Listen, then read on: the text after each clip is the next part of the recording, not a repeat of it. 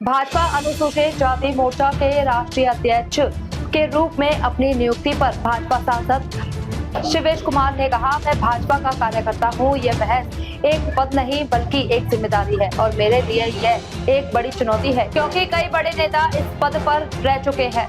मेरे सामने दोहरी चुनौती है, पहली संगठन को और मजबूत करना और दूसरा यह पक्का करना कि हमारे प्रधानमंत्री द्वारा शुरू की गई योजनाओं का फायदा सभी को मिले।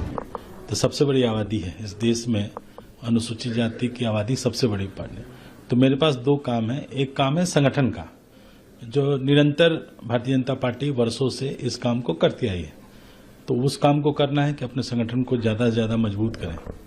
और दूसरा काम है कि हमारे देश के प्रधानमंत्री नरेंद्र मोदी जी जो लगातार इस देश की सेवा कर रहे हैं और पिछले 12 सालों में जो काम किए उन्होंने, अंत्योदय का, जो पंडित दीनदयाल उपाध्याय जी की जो विचारधारा थी, उस विचारधारा को हर घर में पहुंचाने का काम किए हैं। और आज देश का कोई ऐसा गरीब नहीं है जिसके घर में माननीय प्रधानमंत्री जी के विकास कार्य नहीं पहुंचे। जैसे प्रधानमंत्री आवास हो, शौचालय हो, नल जल योजना के माध्यम से, या बिजली हो, चाहे कोरोना काल से लगातार 80 करोड़ गरीब लोगों को जो अनाज मुफ्त मिल रहा है, और सबसे उससे भी बड़ी बात रसोई गैस, उसके बाद फिर आयुष्मान भारत कार्ड जिसमें हेल्थ कार्ड जिसको कहते हैं।